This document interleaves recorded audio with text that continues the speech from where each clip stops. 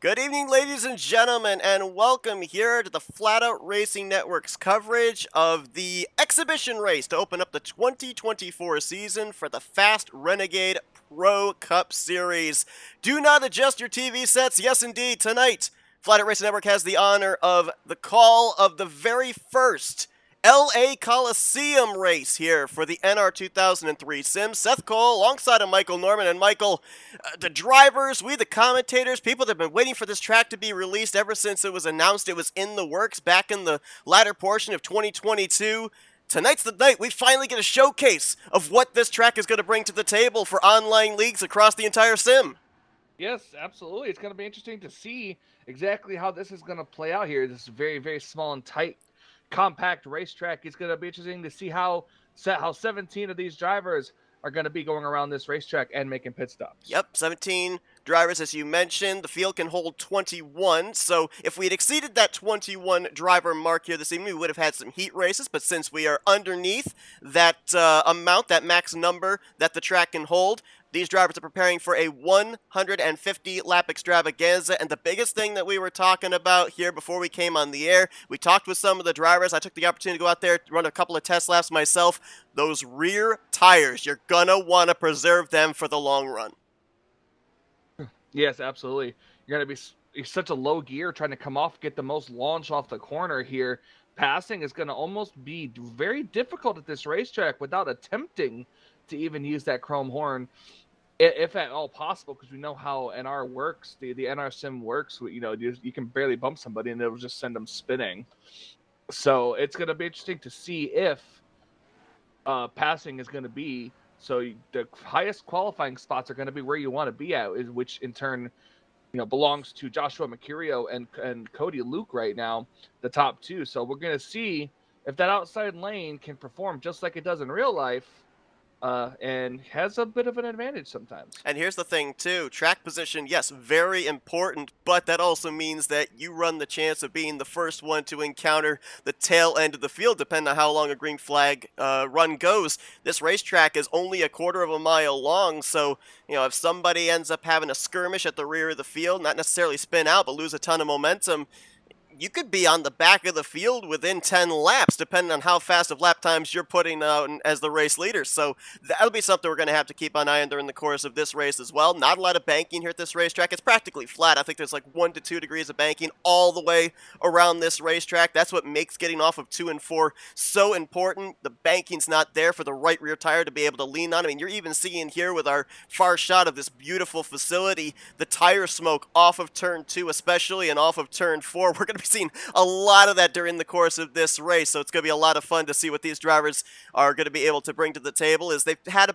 about half hour, 45 minutes to get used to this racetrack. We'll see what they're able to apply here for a 150-lap race. And people will think, well, 150 laps, that's an endurance race, right? Well, in terms of the tires, yeah, but they're running sub 15-second lap times, so these laps are going to tick away really, really quickly. Oh, yeah. Yes, they will. Got to give a shout out before you know it. You got to give a shout out to, obviously there's been a lot of anticipation for this and everything, and there's been a little bit of a delay on the release of this track, but the reason being, they wanted to get it just right.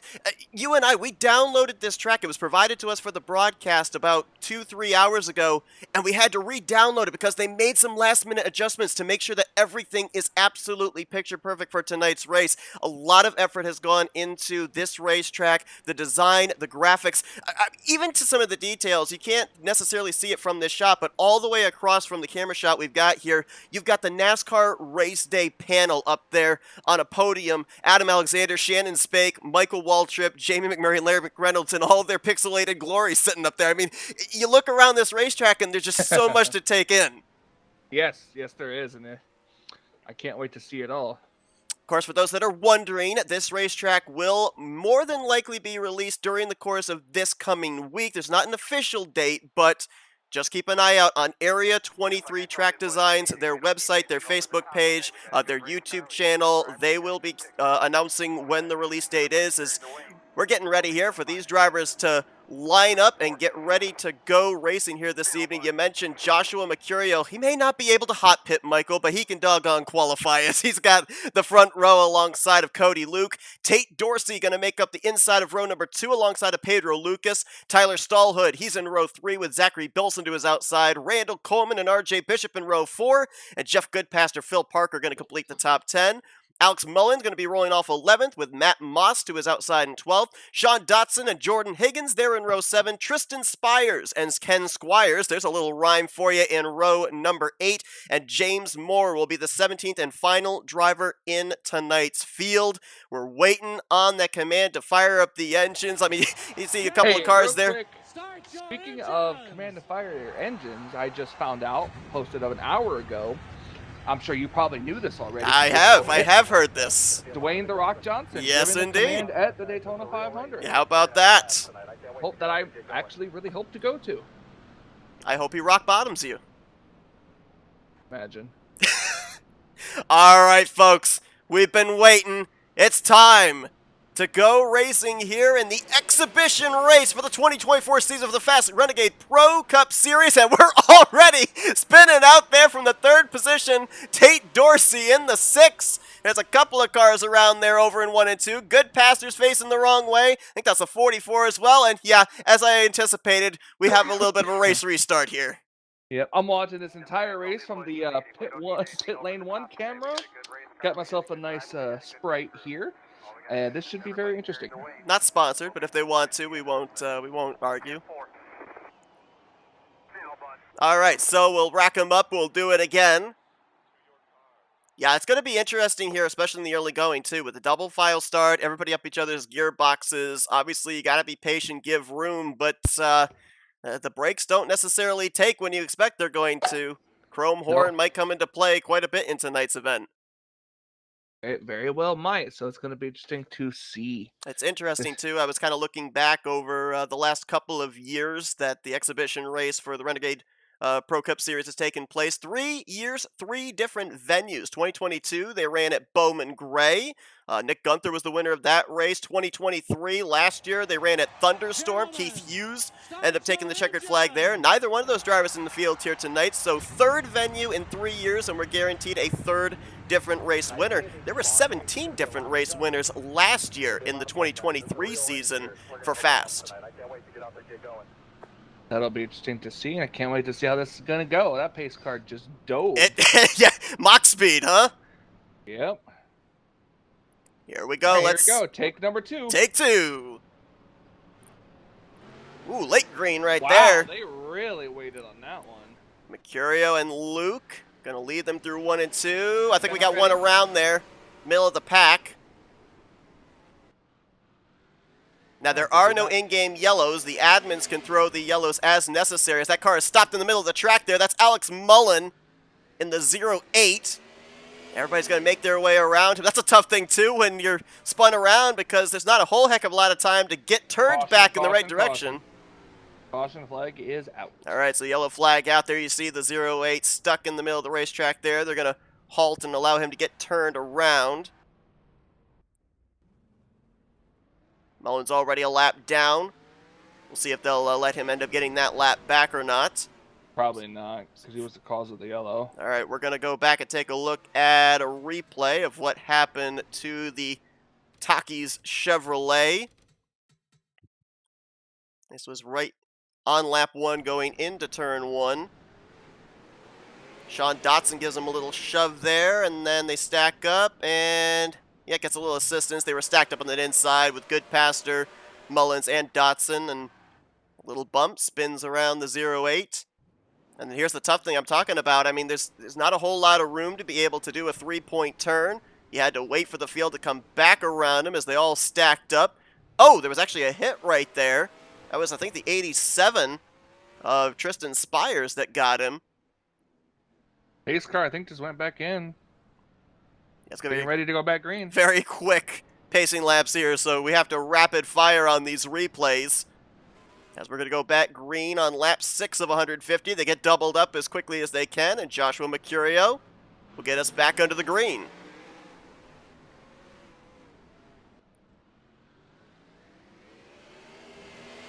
there was some stack up at the rear of the field there. I think they all got through 1 and 2 that time, facing the right direction. Top 3 have got themselves single-filed out. Pedro Lucas in 4th position. Stack up here around the 5th spot. Tyler Stallhood now gets to the left rear quarter panel of Lucas. Look at the tire smoke there as the rear's fighting for grip. Off of turn 4, little contact made.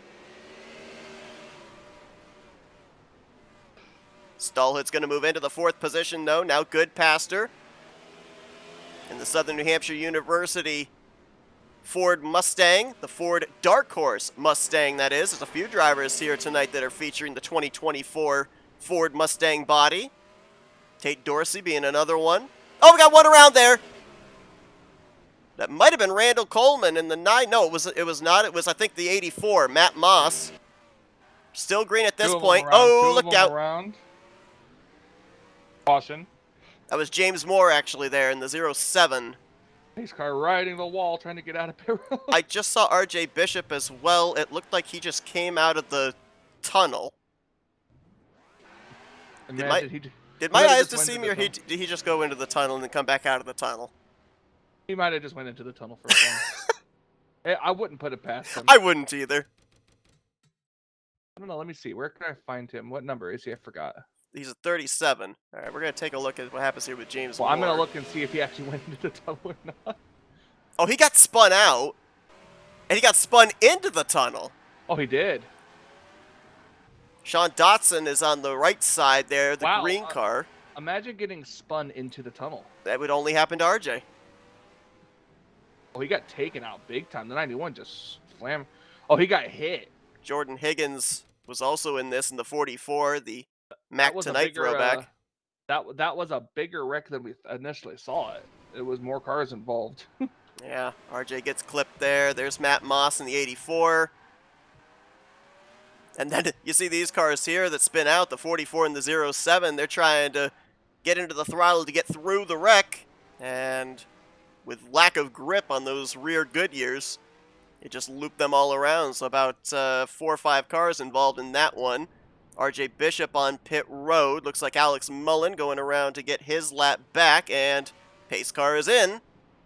So we're getting ready to go back green, this time by lap 15 will go on the board. Sean Dotson out of the race in the 91 car, so he'll finish the exhibition race tonight in 17th. Green flag back in the air once again. Oh, contact! And there goes Tate Dorsey around into the infield. He should be able to merge back onto the track safely here. Yes, he will. Believe he will stay green at this point in time. Dorsey was in the 3rd position at the time when he made contact with, I believe it was Tyler Stallhood. Mercurio continues to lead. Cody Luke into 2nd. Stallhood 3rd. 4th place, Lucas. 5th is Goodpaster, and then a battle for 6th. Phil Parker and Randall Coleman.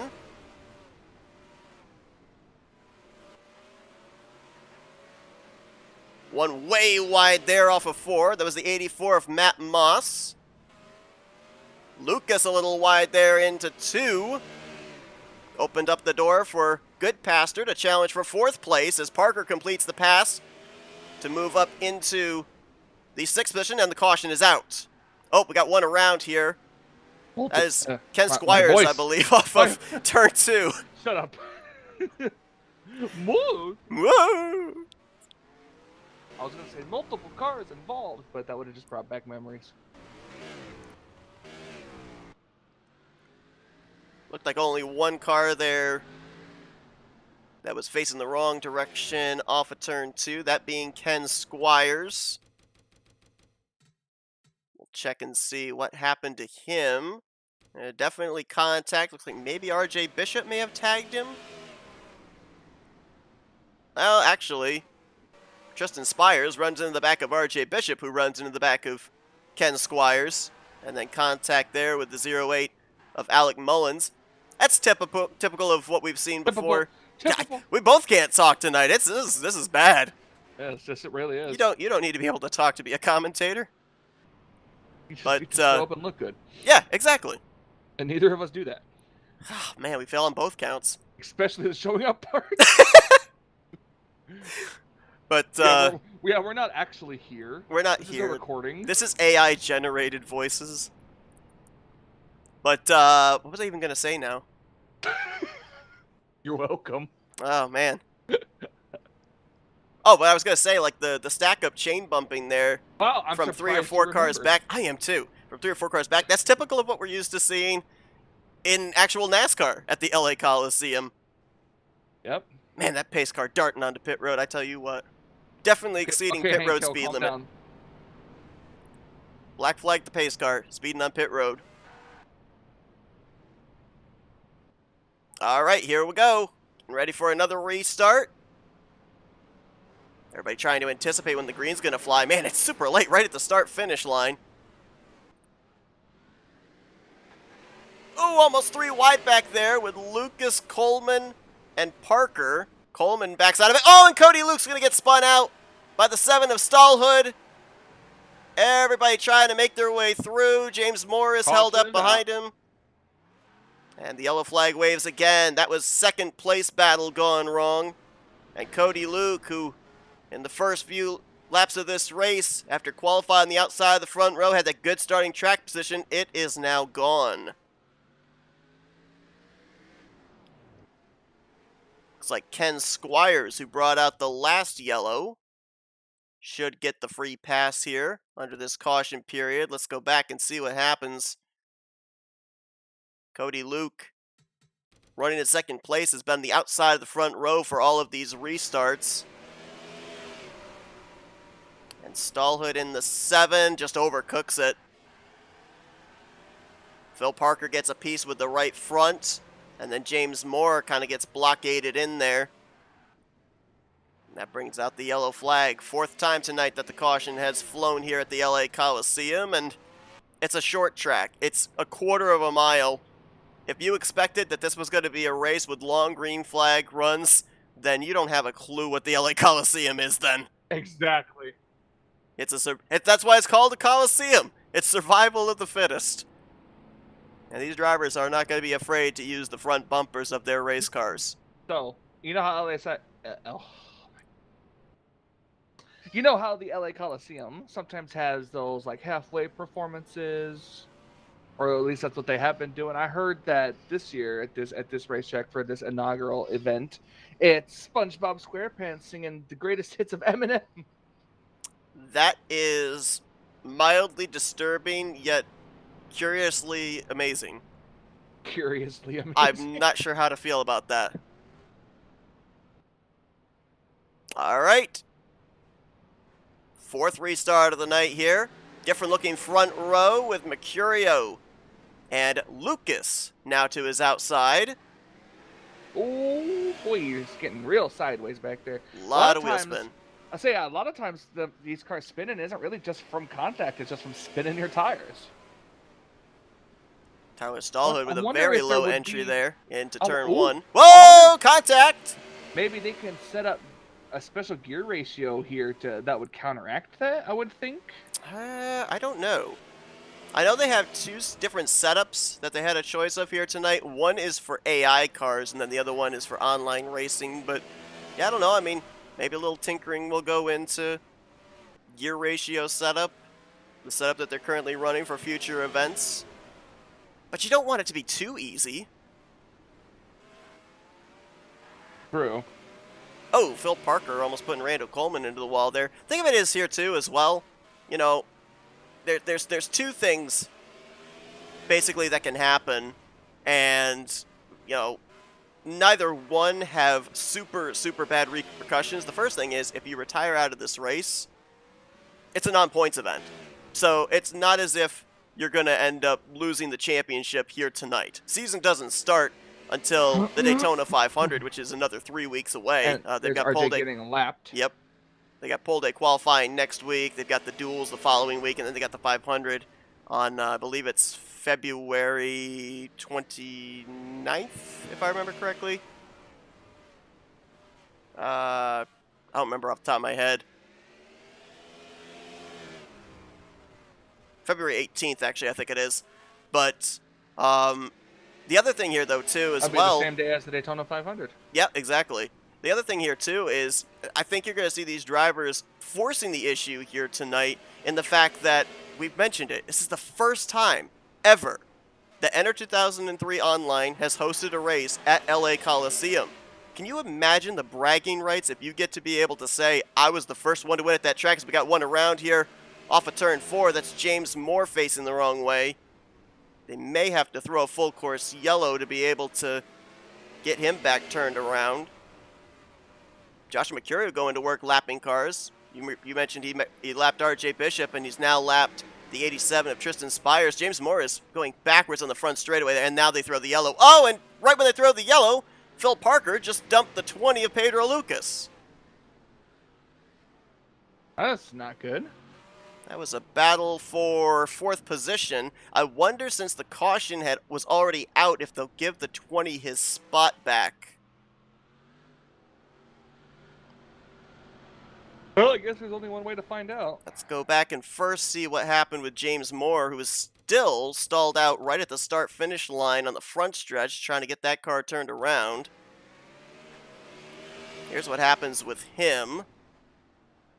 He was still on the front stretch. These cars just had to come to a stop. All of them had to come to a complete stop, and then he just RTP'd to pit road. There you saw the contact right there. Ken Squires into the back of James Moore. And just no opportunity to be able to spin that car around without possibly taking other drivers out. And then we're going to try and see if we can find the Parker and Lucas contact. You definitely want to hurry. You've got maybe a half a lap of pacing left. There it is right there. There's the contact. You saw the lights. The caution lights were already on. So, again, doesn't look like Lucas is getting his position back. I'm also not necessarily certain what the repercussions are for causing cautions here tonight. I don't know if they have like a 2-in-park rule or something. Only one driver is back behind the wall right now, that being Sean Dotson. Ken Squires, I believe, got the lucky dog under that yellow. So we will have, Alex Mullen got the lucky dog under that yellow, so we'll have 14 on the lead lap. Tristan Spires is currently 2 laps down, and James Moore, who you documented, Michael, is on the pit lane after calling the RTP, is currently 8 laps down.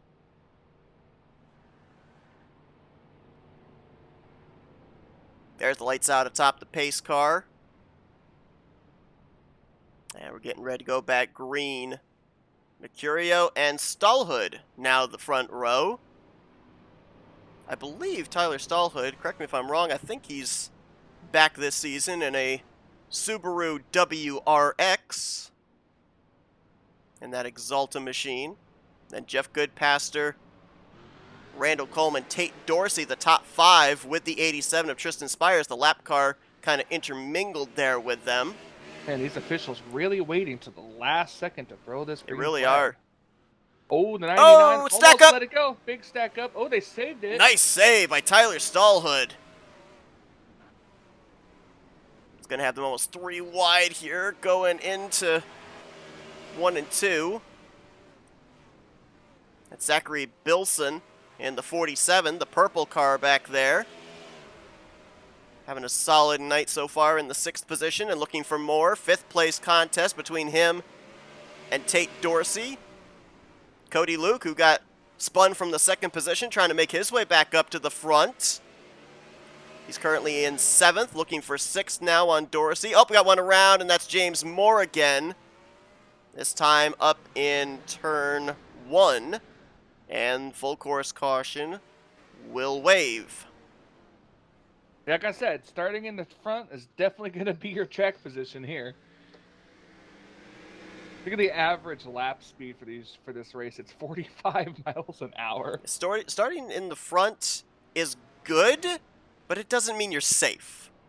It worked well for Joshua Mercurio. It has. However, we had Tyler Stallhood that almost got spun out from 2nd with the stack up, and then we had Cody Luke get spun from 2nd place earlier on as well. So 100 laps to go. Looks like the 07 of James Moore out of the race due to a disqualification.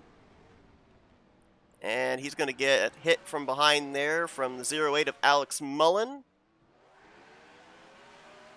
And with him parked, oh, that's why he got DQ'd. He drove backwards, trying to get the thing turned around.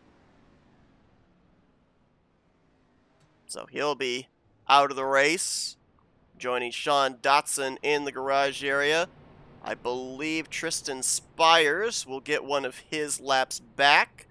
He's the only driver off the lead lap right now in the 15th position.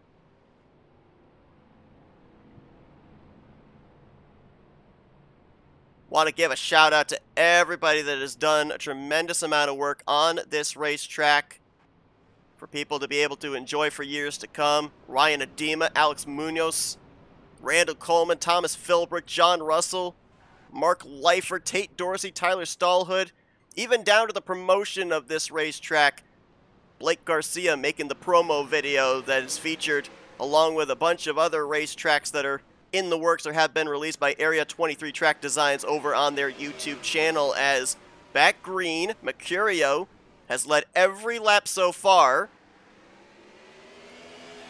Goodpaster swings around the outside there for second place, but Randall Coleman looking to put the pressure on him. Randall was the fastest in practice earlier on this evening. Has that Napa Chevrolet up in the third spot. Stallhood in fourth. Good fifth place battle going on here between Zachary Bilson on the bottom, Tate Dorsey on the top. All this smoke coming out, and that's just from people spinning their tires trying to get off the corner. It is difficult to definitely difficult to pass here. It's gonna be a thing without trying to use that without using that chrome horn. Is it wrong to say that you'd have to have some dirt track experience to do well here with that back end swinging around there, lack of grip in the rear on corner exit? Kind of feel that would fit into a dirt tracker's wheelhouse. Stack up here for second place. Stallhood was putting the pressure on Randall Coleman for third. Coleman got a nice run through 3 and 4. And now he'll battle with Goodpaster for the runner-up spot. About 3 car lengths behind the race leader, Joshua Mercurio. Outside lane can get a good run. Hasn't quite cleared him just yet. And oh, there he goes now. He had to... Got tight. Yeah. And he just lost another spot in the process. Tyler Stallhood taking advantage of that mistake by Goodpaster. Mercurio's loving everything in his mirror right now. He's just out there trying to drive his own line. He'll love it as long as the 90 as the 9 stays as that blue speck in his rearview mirror. If it starts getting bigger, then that's a problem. He just about lost it right there. So. And we got some traffic up ahead that Mercurio's going to have to deal with in a moment. The McDonald's Ford Dark Horse Mustang of Tristan Spires. Looks like at some point the 08 of Alec Mullen went a lap down. As Spires going to stay up high, let the leader on by. Randall Coleman will get the same courtesy down here into 3 and 4.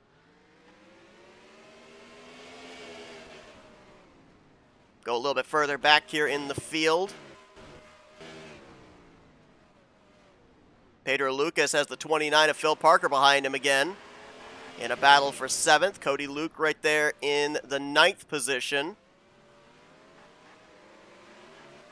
And then for the final spot inside the top 10, Jordan Higgins trying to hold off RJ Bishop. We've got 11 cars on the lead lap right now. Ken Squires in the 25 is the last of those drivers. Matt Moss, I believe in the 84, just a lap or two ago came to pit road and retired. Oh, we got a car around, a couple cars around. Pedro Lucas and Tristan Spires, and I believe the caution is out. Yes, it is. Yes, caution flag is out again. 7th caution of the evening. Let's go back and take a look at what happened. Might have been a lead lap car tangling with a lap machine. Pedro, as we documented, was running, I believe it was in 8th. Correction, 7th. And let's see what happens to him. Oh, does he get dumped again? Yep. Same song, second verse. Phil Parker tags the 20 again. And it looks like Phil Parker, right there, just DNF'd from the race. So now our garage total doubles. We had 2 out of the race prior to that green flag run, and now 2 more join them. Phil Parker, Matt Moss, James Moore, Sean Dotson will finish in 14th through 17th.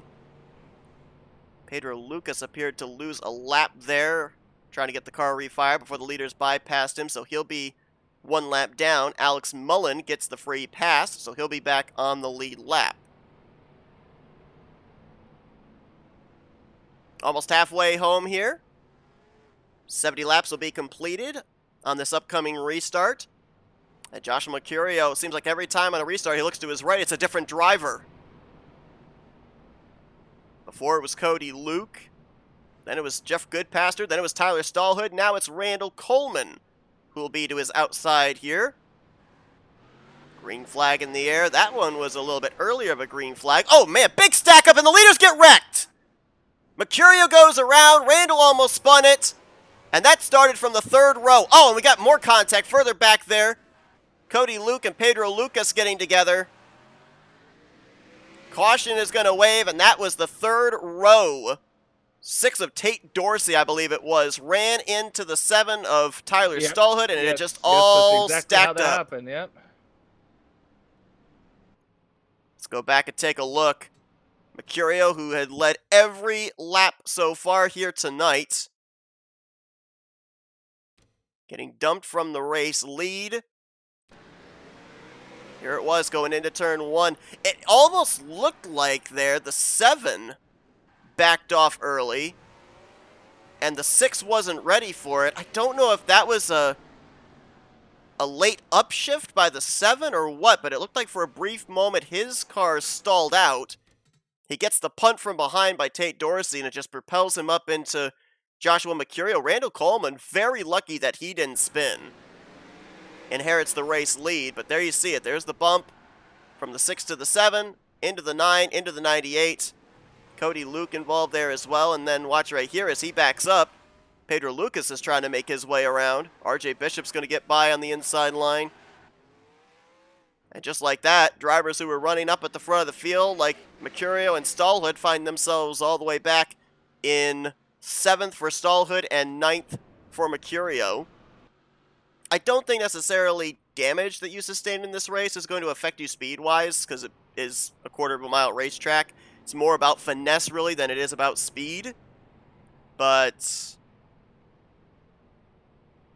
I don't know. We'll see. We'll see if it affects a driver for the remainder of this race. So Randall Coleman, after all that, now inherits the top position as we're back green and the pace car didn't hit pit road. Oh, we're learning things as we go. There We are. Goes. Somebody just about wrecked right there, the 08 of Alex Mullen. Goodpaster into 2nd. How about Zachary Bilson? It's been a quiet night for him, and that's actually a good thing because he's been able to work his way up into 3rd. Stallhood trying to get back the positions he lost with that wreck. Now gets by Higgins for the 4th position. And Joshua Mercurio, first time tonight, he's going to have to deal with traffic for position here. As, oh, we got one around. We've got trouble here on the front straightaway. Tyler Stallhood in the 7 just stopped on the backstretch. We're still green. Oh, Stallhood's going again.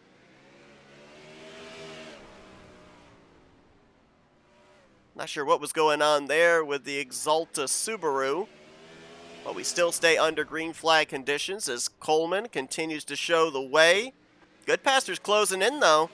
He's got to make sure he doesn't use up his tires getting to him, because then he'll have nothing left to fight with when he gets to his back bumper. Whoa! Tight back here. This is for the 4th position. Cody Luke, Joshua Mercurio making their way around Jordan Higgins. Luke will move into that 4th spot. Mercurio moves into 5th. Higgins will drop back to 6th place.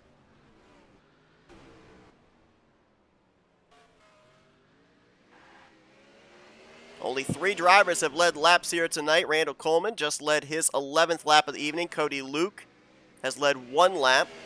And Joshua Mercurio, who had dominated the race up to this point, currently sits at 69 laps led. Nice. Traffic for Randall Coleman to deal with here. Not too much of it yet. Just the 87. Oh, whoa, whoa, whoa, whoa, whoa! Alex Mullins was around and re-entered right in front of, I believe it was the 87. It's just so hard to try to turn around here. Caution is out.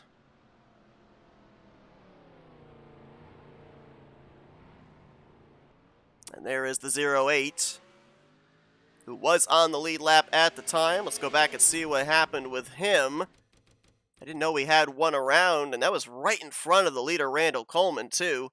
Oh, looks like he got some help from the 20 of Pedro Lucas. Slides it up into the wall.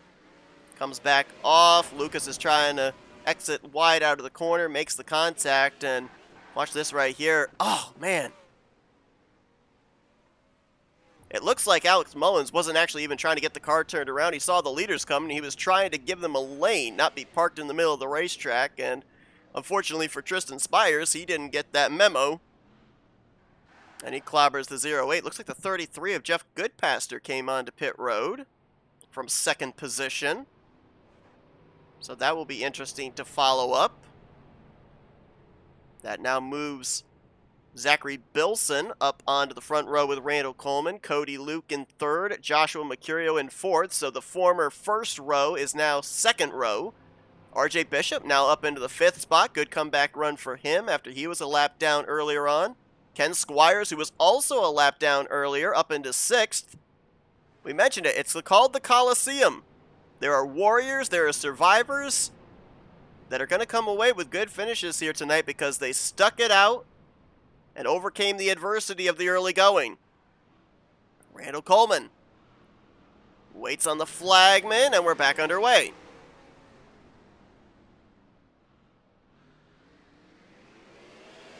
Green flag back out. The number 8 car in second place. Oh, but then they try to go 3 wide back there. That just scares me. We're going to keep covering this action. We've got a question in our YouTube comments here about where the pit stalls are for these drivers. The pit stalls are right there in the inside of the racetrack, but you don't see the pit stalls as far as the pit crews because there was a special object file that these drivers were to put into their Enter 2003 EXEs where you don't see your pit crew until you approach your pit stall and you don't see anybody else's pit crews. So we can't see them, only each individual driver can see each individual pit crew when they come into the infield. Like I said, a lot of thought has gone into this. Well, I thought we were under yellow because Randall was slowing, but he was nearly losing the thing there out of turn 2. Look who's making his way back up now, passing for third spot. And Cody Luke trying to pressure Randall Coleman for the top position. The top 3 drivers in speed in practice were Randall Coleman, RJ Bishop, and Cody Luke. And right now, all 3 of them are in the top 4. How's this for numbers, Seth? The leader is the number 9. The second place is number 8. And the third place is number 98. And how about this? The driver that's in 4th usually drives the 98 everywhere else. Numbers.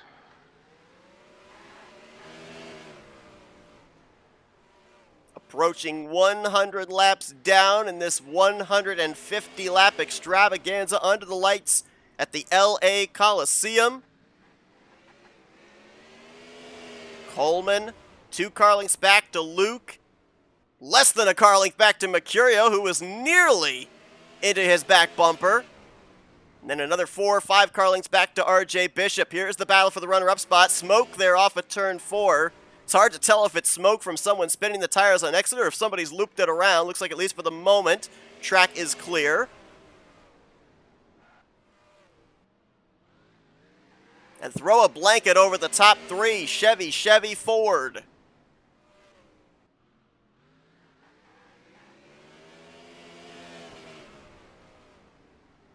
Keep an eye on these leaders here. It's going to be a good, intense battle. It's going to be interesting. You brought up the point earlier on tonight about how difficult it is to pass. It's still early on, but let's say that we're at 2 or 3 to go with this scenario. The top 3, as close as they are, I mean, Is the Chrome Horn out of the realm of possibility to complete the pass and take the win, or do you try maybe It'll be difficult to do if without spinning somebody out. Oh, Mercurio trying to make a pass here for second. Cody Luke trying to get back to the throttle there to stay alongside, but going to have to give up the spot. Mercurio back on the charge, trying to get the race lead back after he got spun out, after leading the first third of this race. Oh, we got one around here. That's Bilson in the 47, and the yellow flag is going to wave. Oh, just as the 98 took second place. Zachary Bilson. Oh, Ken Squires around here as well. On the backstretch. He gets it righted. Oh, we got another car in trouble up here over in 3 and 4. That's the 44 of Jeremy Higgins. And the 47. I'm sorry, Jordan Higgins. 47 trying to get it spun back around here. Trying to find an opportunity. It's hard enough to try and get a car turned back around at Martinsville. This racetrack, I think, only has about 2/3 the space in the corners that Martinsville does, so it's an even tighter three-point turn that these drivers have to make. Interesting pit strategy here. Here's a look at what brought out the yellow. Alex Mullen in the 08. Going to tag the 47 from behind. And there's the leaders. Just barely able to squeak by on that outside line. Not sure what happened with Ken Squires off of turn 2. Let's see if we can find out. Oh, looks like we had another incident. Caution had not yet come out. It looks like Pedro Lucas is going to get tagged by Tate Dorsey. Tyler Stallhood has to come to a stop. And then right here, Ken Squires, as he tries to avoid and get back to the throttle, he loops it around. Then the caution was out. I believe that occurred just back behind the leaders when the leaders were approaching the 47 of Bilson. And Tate Dorsey has taken his Dark Horse Ford Mustang back behind the wall. So he will join Tristan Spires, Phil Parker, Matt Moss, James Moore, and Sean Dotson out of the race. Leaves us with 11 drivers running, 8 on the lead lap. And you mentioned about the pit strategy there. Yeah, Randall Coleman on pit road, going to restart back in the 7th position. So the lead turns back over to the pole sitter, Joshua Mercurio. Green flag back in the air. Cody Luke got it. Made a pit stop, and I wonder if he did it. And I after wonder he if got spun? after he spun. Yeah, I think he did. Oh, the A car got the better jump off the corner. And he's going to clear. Cody Luke will go to the point. He's led 2 laps already here tonight, but he's yet to be clear for the lead until now.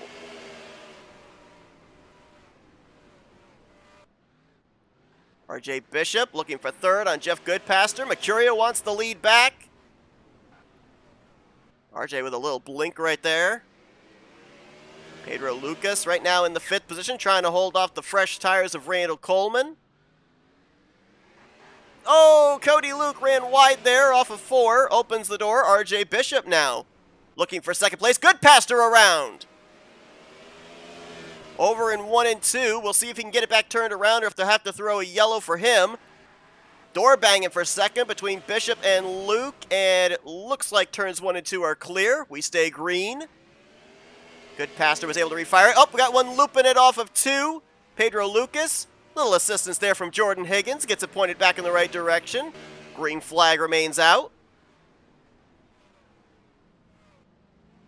RJ Bishop and Cody Luke. Oh, almost dual spun off of turn 2. Holy cow, they almost synchronized spun trying to out-throttle each other. Yeah, and RJ took advantage and takes 2nd place. And here comes Randall Coleman around the outside of Cody Luke. Fresh tires on the Napa Chevrolet Camaro trying to march back up here to the front. Tyler Stallhood has gotten back up into the top 5, just behind Luke's Budweiser Chevrolet.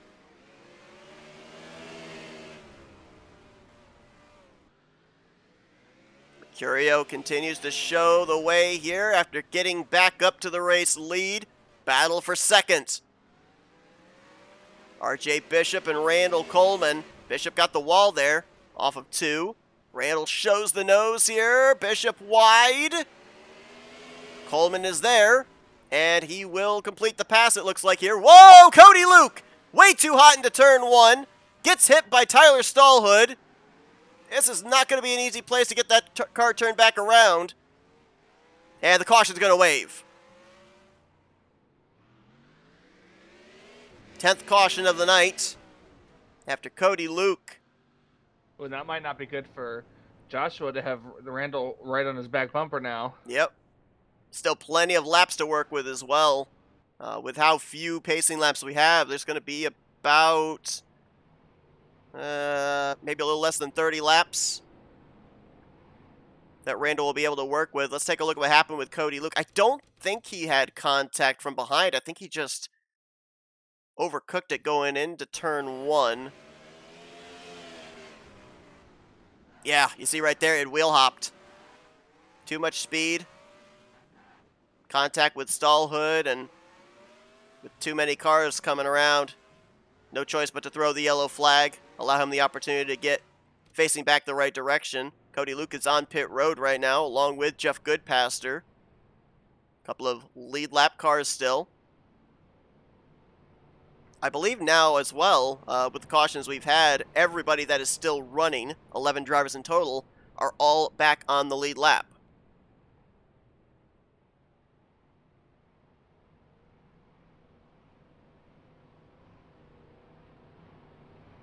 Lights should be out. Yes, they are. So we're going to have, it looks like, if my calculations are correct, 29 laps to go here. And 2 of the fastest cars this evening going to be the front row. Mercurio on the bottom, Coleman on the top, then Bishop, Stallhood, and Bilson going to be the top 5. Very late green there, but back underway. See if clean air will prevail over fresh tires. Is there such a thing as clean air at a short track like this? Oh, we got one around. Oh, big stack up in the back there. Bilson, as well as Mullen, Lucas, and they weren't the only ones. There were some other ones that were kind of squeezed in that. I think Ken Squires was in the middle of that.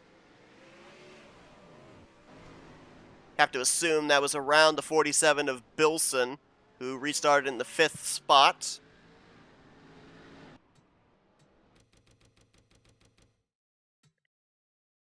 See if he got any assistance here.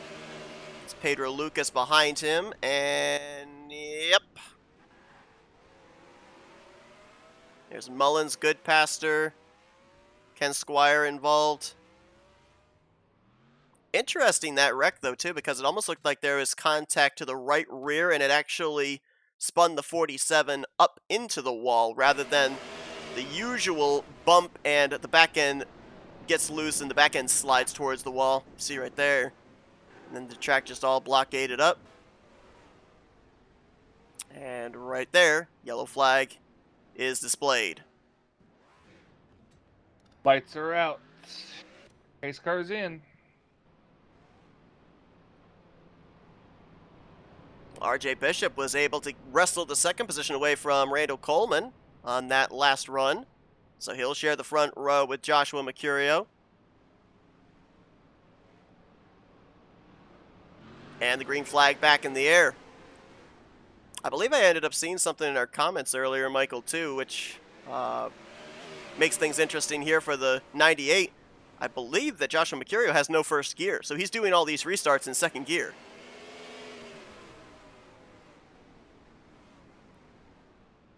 That'd be interesting with no first gear. With no first gear, caution's out again. It is, yes, it is. Caution out, and try and figure out why. Looks like everybody is still rolling. Well, let's try and figure out the reasoning for this yellow.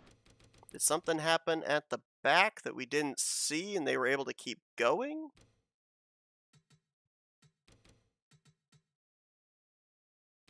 I don't see anything that occurred that warranted a yellow flag. Not too sure. I think we got ourselves a phantom caution. Well, there's no in-game caution, so Right. somebody could have said something that they threw the yellow and that wasn't actually happening. Potentially, yep. Or they could have like been a big wreck happening, but they saved it. No, I just went back and looked. I didn't see anything. All right, green flag is back in the Flag's air. Back out. Pace car decided not to go to pit road this Pace time. car wants to race. Heck, the pace car could maybe run enough laps and still finish in 12th position with the drivers that are out of the race stacked up there, the whole front of the field. Tyler Stallhood. Oh no! Jordan Higgins, what a save! Loses all that track position, but goes into a slide and saves it. Alec Mullins, very shallow into that corner, and he's going to tag the 44, and now he's going to get spun around by Pedro Lucas. Oh no, I think the 47 stuck in the pit wall. Oh, it's Zachary Bilson, who was up in the top 5. Yellow flag is out. Who's up in the top 5 earlier on in this one, and looks like his day is done. 44 has been disqualified. I think he might have driven backwards trying to get his car turned around. Probably. And I can confirm that is indeed the case. Here's a look at what happened. Yeah, Mullins just very shallow into that corner after he had some contact with Jordan Higgins off of turn 2. And right there you see him pull forward to turn around. And that was considered driving backwards on the course, hence why he ended up getting the black flag and the disqualification. And then watch what happens here with the 47. Now, there's certain parts of the safer barrier here that do not have mass, but right there is the start of the pit wall, and it does have mass. And Bilson got himself stuck in it. You saw him trying to reverse to get out of it, but man, that is a tough break right there. As we'll come back here for the restart. Jordan Higgins with the disqualification will finish 10th tonight, and Zachary Bilson getting into the pit wall there. Oh, Stallhood! Can he get it back turned the right direction is the question. We'll see, or will they have to throw the yellow? But Zachary Bilson's going to finish this race in 11th. We've got 9 drivers left in this race. Looks like he's going. Randall Coleman trying to put the pressure there on Joshua RJ Mercurio. trying to put the pressure on him. Cody Luke up around the outside. Ooh, gonna stay there to driver's right on RJ Bishop for 3rd. Pedro Lucas looking on in 5th position. RJ looked to clear, but he gets loose. Luke back to the outside again. We'll stay on this 3rd place battle, but keep an eye up towards the front there too, because Randall is there. He is waiting for the opportunity, though he gets loose there out of turn 2. And this time around, when the 98 hits the line, it's 10 laps to go here in the Clash at the Coliseum.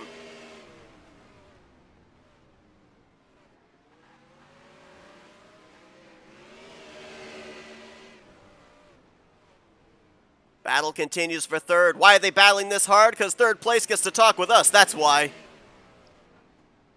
We'll be talking with our podium finishers post-race here, as Luke clears for the 3rd position. Bishop will fall back to 4th. We'll move our attention back up here to the front. Traffic ahead of the 2 race leaders. That's Ken Squires. My attention's always on the front here. Oh, Mercurio. Ooh, Mercurio a little wide. Yep. Keep it Oh, Luke moving Squires out of the way. Yeah, he's got to get out of the way. I mean, you know, the chrome horn can be on the side of the race car too. It doesn't have to be the front bumper. 6 laps to go this time. I wonder if Mercurio's feeling the pressure yet. Well, I could tell you, I believe it was, what was it? It was the Bowman Gray race back in 2022. I took part in that. They had the actual race, and then they had a fun race afterwards. I was the leader for most of that, and Randall Coleman was right on my back bumper. So I know the intimidation Mercurio is feeling right now. 5 laps to go. Whoa, look at the back end swinging out on Randall Coleman's machine through 1 and 2. Trying to rotate it through the center, get that drive off. He's kind of arcing it there. Entering low, drifting high, exiting low. Mercurio, on the other hand, is entering low and keeping it hugged right down that white line, saying, Coleman, if you want this win, you're either going to have to move me off this line or drive around me. Well, we got a little loose off that corner. He's got a small bit of a gap now. 3 to go. 3 laps to go. And Cody Luke's back in this conversation after dispensing with RJ Bishop. 3-car fight for the win. 2 to go. 2 to go, less than 30 seconds away from finding out who's going to get the very first checkered flag here at the newly designed LA Coliseum. Coleman, wide there in that corner.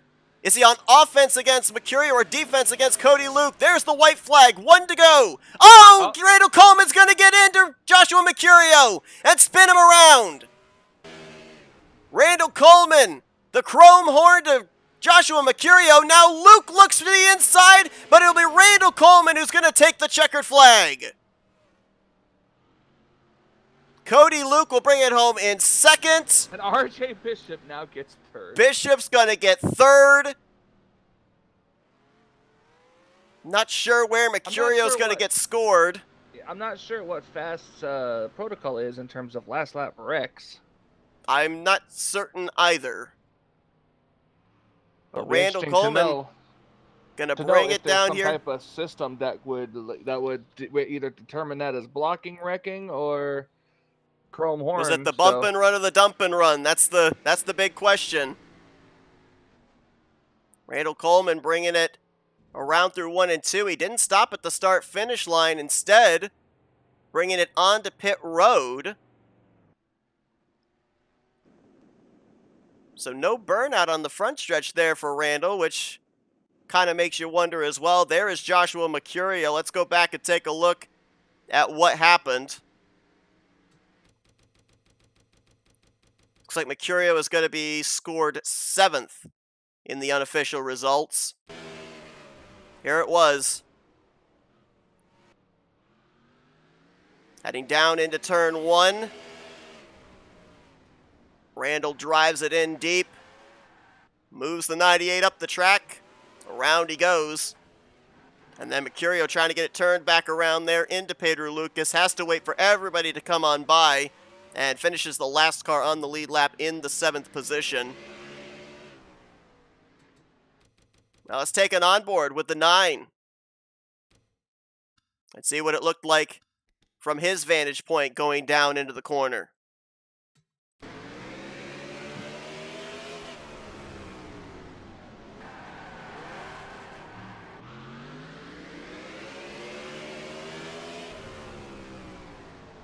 Well, to Randall's credit, he didn't drive through him. It was light contact, but it was enough to get the back end loose on Joshua Mercurio to spin him around.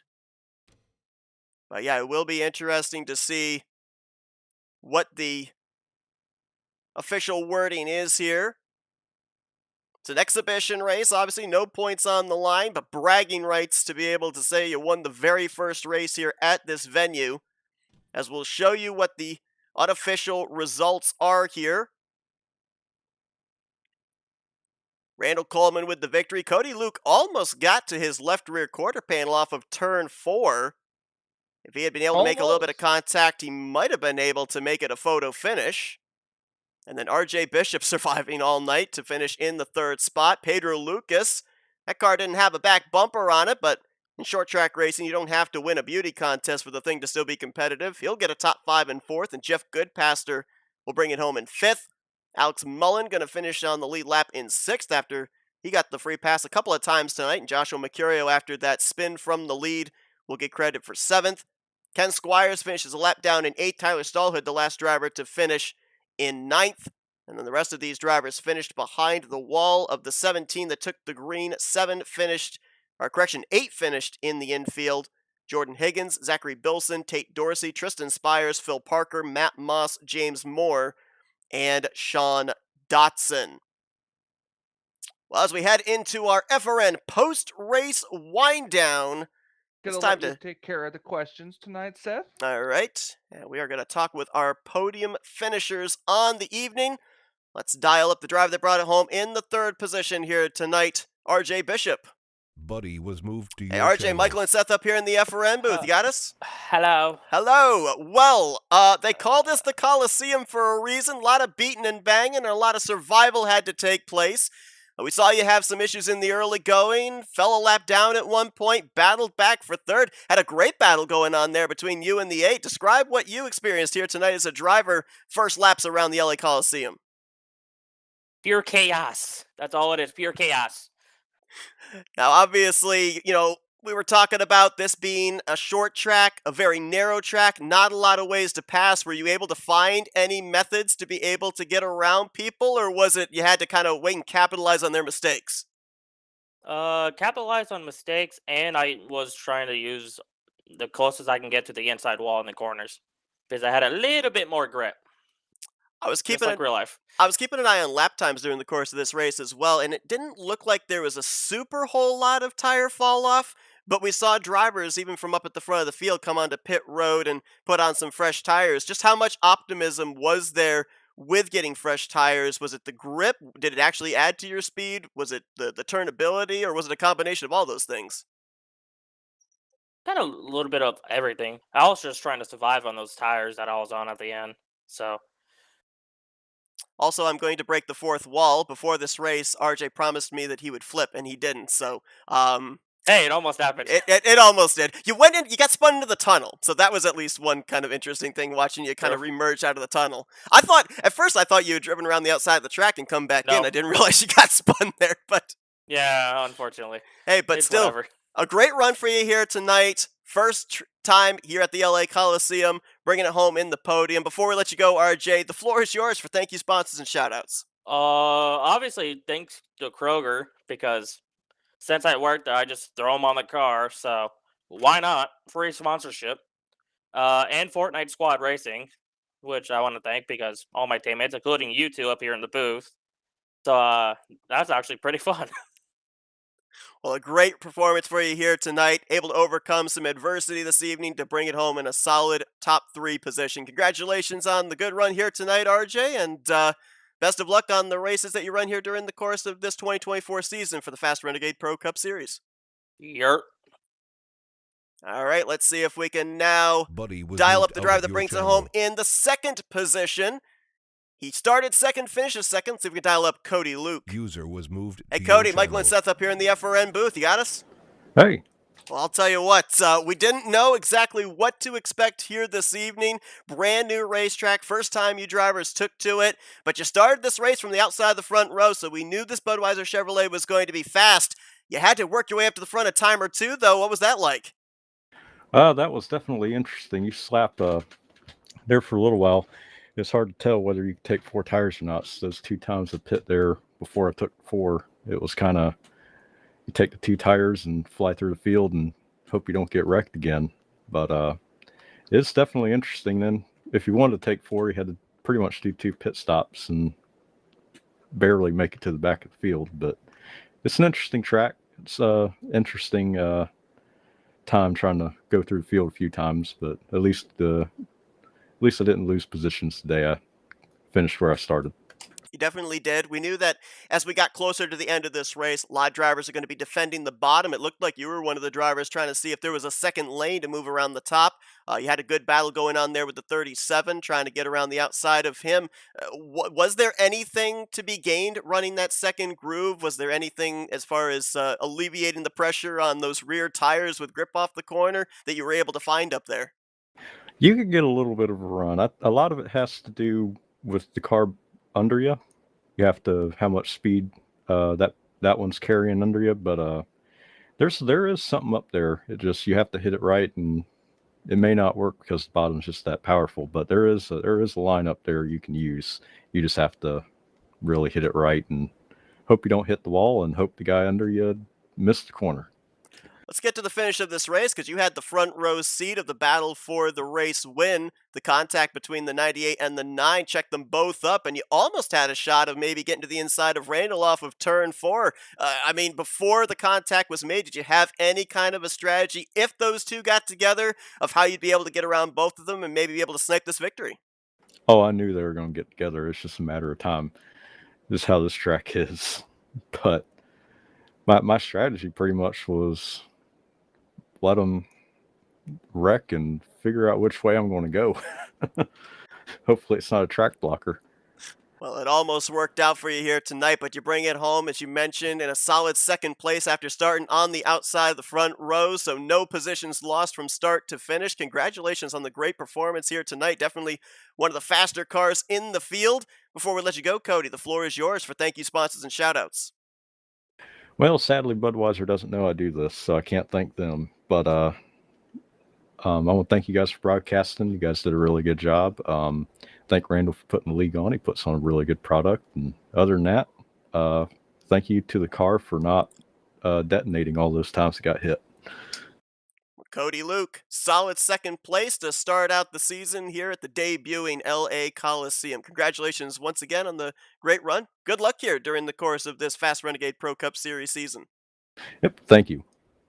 Cody Luke with User two was checkered moved out of flags your channel. last year during the course of the 2023 season. Driver that we're going to be talking to starts out 2024 with a checkered flag. He was a 5-time winner last year. Let's see if we can dial up Randall Coleman. User was moved Hey, to Randall, your Michael and channel. Seth up here in the FRM booth. You got us? I got you. Well, an exhibition race to start out the season, short track racing. We know the chrome horn can come into play in the closing stages. You move the 98 out of the way there, pick up this checkered flag. You get the bragging rights of saying that you were the first one to claim the victory at this brand new debuting racetrack. Yeah. Unfortunately, I didn't want to get into the back of him. I mean, as long as I've been racing this thing, I usually try not to wreck anybody. So that was unfortunate. We had a good race going there. I just tried to push in a little bit forward and, try to make him move up a little bit or kind of get nervous, and I wound up tapping him. So I felt bad for that. But again, like you said, it's an exhibition race. It's the debut of a new track. So, um, yeah, we crossed the line first, but unfortunately, that was probably his race to win. You know, we named off all the different people that have been involved in this project, making LA Coliseum a thing here for this sim. Your name, obviously, in that list. I had to have probably some question marks coming into this event, see if everything was going to work the way that you planned it. Where did it stack up in terms of your expectations and in terms of the racing we saw here tonight? Well, obviously with online racing, you never know what you're going to get with each individual. So it can be nerve-wracking at times, especially with cautions. We were questioning about whether or not throwing yellows tonight or not throwing yellows. But we went ahead and went with it. Obviously, the pace car was working. That was the biggest thing we had an issue with coming into this thing was we weren't sure how the pace car was going to do with how to get it to go green and actually go down pit road and everything. But Tyler did a lot of work on it. We were working on this thing back and forth for the whole last week on trying to get these LP lines and stuff figured out. And honestly, I think the pace car did about as good as it's going to do. Unfortunately, it looks like it hits the wall trying to come out of pit road, like it wants to come out quicker than what it's supposed to. So we're going to see if we can tweak that a little bit. Maybe not. If not, it's still good. Like it's still going to work. And that was the big thing we were worried about. With the way NR it's a game that was made, or a game sim, however you want to call it. It was made in 2003. So with a lot of the stuff that goes on nowadays with NASCAR, how NASCAR does it, or how iRacing will do it, or whatnot, we don't have that same kind of abilities with NR. So we have to sacrifice things like we did with the pit road, splitting it where you have to go down the middle, and try to do some stuff with the pace car. And it looked like it worked. There's a few things I've seen. There's a wall texture that got messed up somehow when we were working on some stuff that we got to fix. But overall, we got to tweak some AI stuff, and I think it's going to be a track worth people enjoying for quite a while. Yeah, we saw some good side-by-side racing here tonight as well. Let's talk a little bit more about the raceability of this particular racetrack, because we saw you from the front come to pit road, take on tires, and start back around the 8th position, able to work your way back up to the front. Now, visibly, for me, I didn't see a whole lot in there in terms of lap times of old tires to fresh tires. Was there something you felt in the car that was different with the fresh tires as opposed to even 20, 30 lap old Goodyears? There's a little bit with newer tires. Obviously, no matter what track you run, whether it's this track or another track, when you get new tires, you have that little Superman feeling there for a little while. The only thing different was the gearing. Um, some people was running second gear, some people was running third gear. The way we did it tonight with the way the setup was, you could run either or. The second gear would rev out more, but you could get into the corner a lot deeper. So on the restart there, I ran in second gear up on the high side most of the time because I was able to keep my RPMs up, which allowed me to speed off the corner and not lose the rear end as much. Usually you've seen a lot of people probably losing the rear end. They're running third, and when they come off the turn, they get that tire spin that causes them to get loose. So it kind of gives you a little bit of advantage with newer tires, um, as far as the traction, being able to drive off the turn. If you were able to run second gear, because lap times really didn't matter, especially once you start getting a little longer run. So it was just, we knew we had to pit. So why not pit then? 30 laps to go and see what you could do, drive your way back through. Luckily, we had some people get loose and stuff also, which helped. But yeah, I mean, the drivability with it, especially online, if you can hold the person down the bottom where they, they can't get that tire spin or whatnot, you can really hold that high side. You can race them side by side for a while. Um, Hopefully with the AI, we'll see some of that too. Um, but obviously this track is a short track, so it's, bottom groove is probably the best groove. Well, we knew that this car was going to be fast. You were top of the board in practice. Qualified maybe a little bit further back than we expected, but bring it home in P1 here for the debut race for LA Coliseum, the exhibition race here for the 2024 season for Fast Renegade Pro Cup Series. Congratulations on a job well done. Now, we would have had you up here even if you had finished outside the podium because we know you've got an announcement coming up here as well. So we'll let you, in one nice little tidy sum here, do some thank you sponsors and shout outs and then give the announcement you were going to be giving at the close of the evening. So first and foremost, gotta thank my sponsors this year: Napa, Logitech, Tire Pros, Hooters. All four of them schemes or paint scheme sponsors all ran last season. We're bringing them back, running them again. We ran a special scheme tonight. I normally don't try to run Chase Elliott looking schemes. I kind of mix them up a little bit, but tonight I figured I'd bring it out with a little bit. I left the white off of it, obviously, but not a big fan of those lines on that car. But brought that out tonight. Wound up putting it at the top of the chart. So can't thank them enough.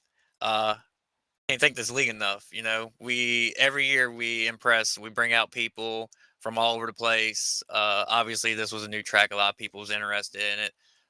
But we got our Daytona race coming up, which you set on the pole last year. So that's coming up. We got qualifying starting next week. So yeah, this league, we've been around for a little bit now. So the people coming in on and off each and every week, supporting us, I can't thank them enough. I want to thank you and Michael for coming out here tonight. It was kind of last week, kind of hit you up, and y'all took it on your all self to come out here and put this show on for everybody to see. So I was glad that worked out. We got something. People got to see this track firsthand. The big thanks outside of the league. I can't thank. There's a guy named John Russell. He's also known as Torch One. He posts a lot of tracks on Stonod, and I'm sure people have probably seen his name around the community for a while. He was a great big help on this track. This thing has been 2 years in the works. From the first time we decided to start doing it, we had a guy named Ryan, or his nickname is Dr. Danger. He made the basis of the track, didn't want to continue the project, handed it over. We took it onto ourselves. Then me and Alex Munoz put our heads together and tried to make something.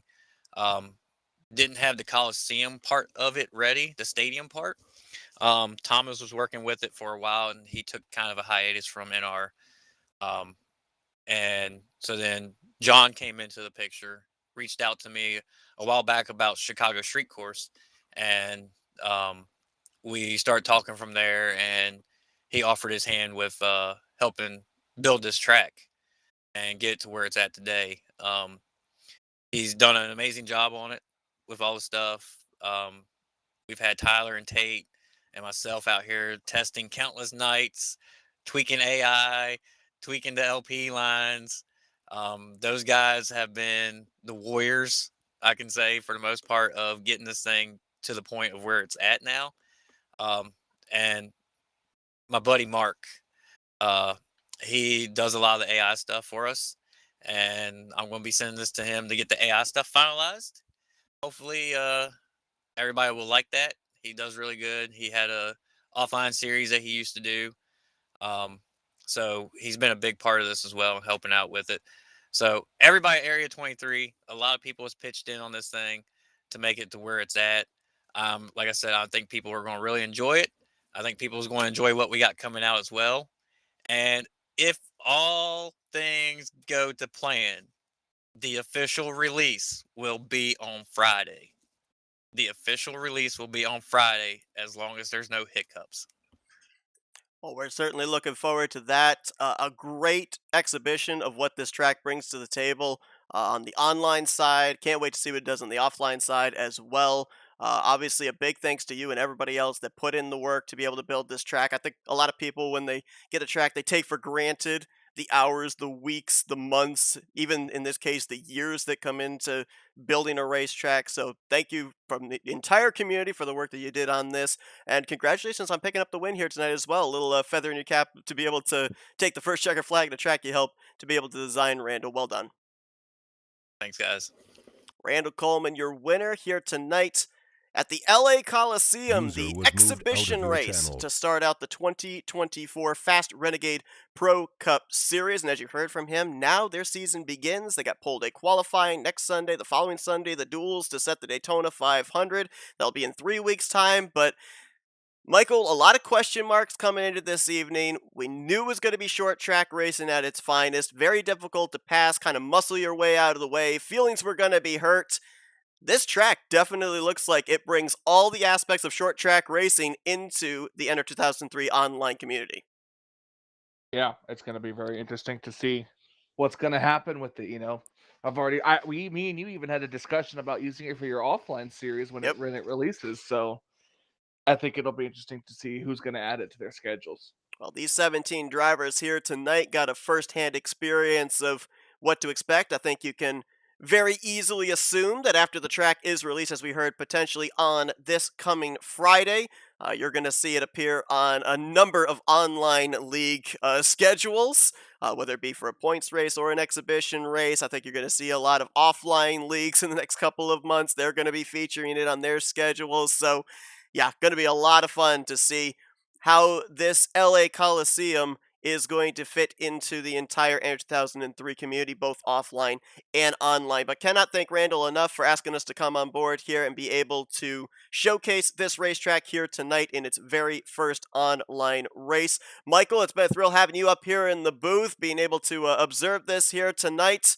It's been a great one here tonight in LA. Oh, yeah, absolutely. It's been fun. Glad to watch it. It was very, very interesting, to say the least. Absolutely. Hope you all enjoyed our coverage here tonight. Hopefully we were able to give you a great broadcast to showcase what this racetrack is going to bring to the table in the future. And also, be sure to tune in. This week we've got another broadcast on Thursday night as we continue on the 61st season of the Rolling Thunder Gaming Talladega Challenge Series. 9 p.m. Eastern Standard Time will be the start time for that one. But again, thank you all for tuning into our coverage here tonight. We hope that you guys enjoyed it. Congratulations to Randall Coleman, who is the first ever victor at the Clash at the LA Coliseum here for the Fast Renegade Pro Cup Series. For Michael Norman, I'm Seth Cole. Enjoy the rest of your Sunday night as you've been watching another broadcast courtesy of FRN, the Flatout Racing Network. This broadcast is the copyrighted work of Flatout Racing Network and may not be rebroadcast, retranslated, or used in any form without the express written consent of Flatout Racing Network and iRacing.com Motorsports Simulations. Flatout Racing Network would like to thank you for your support.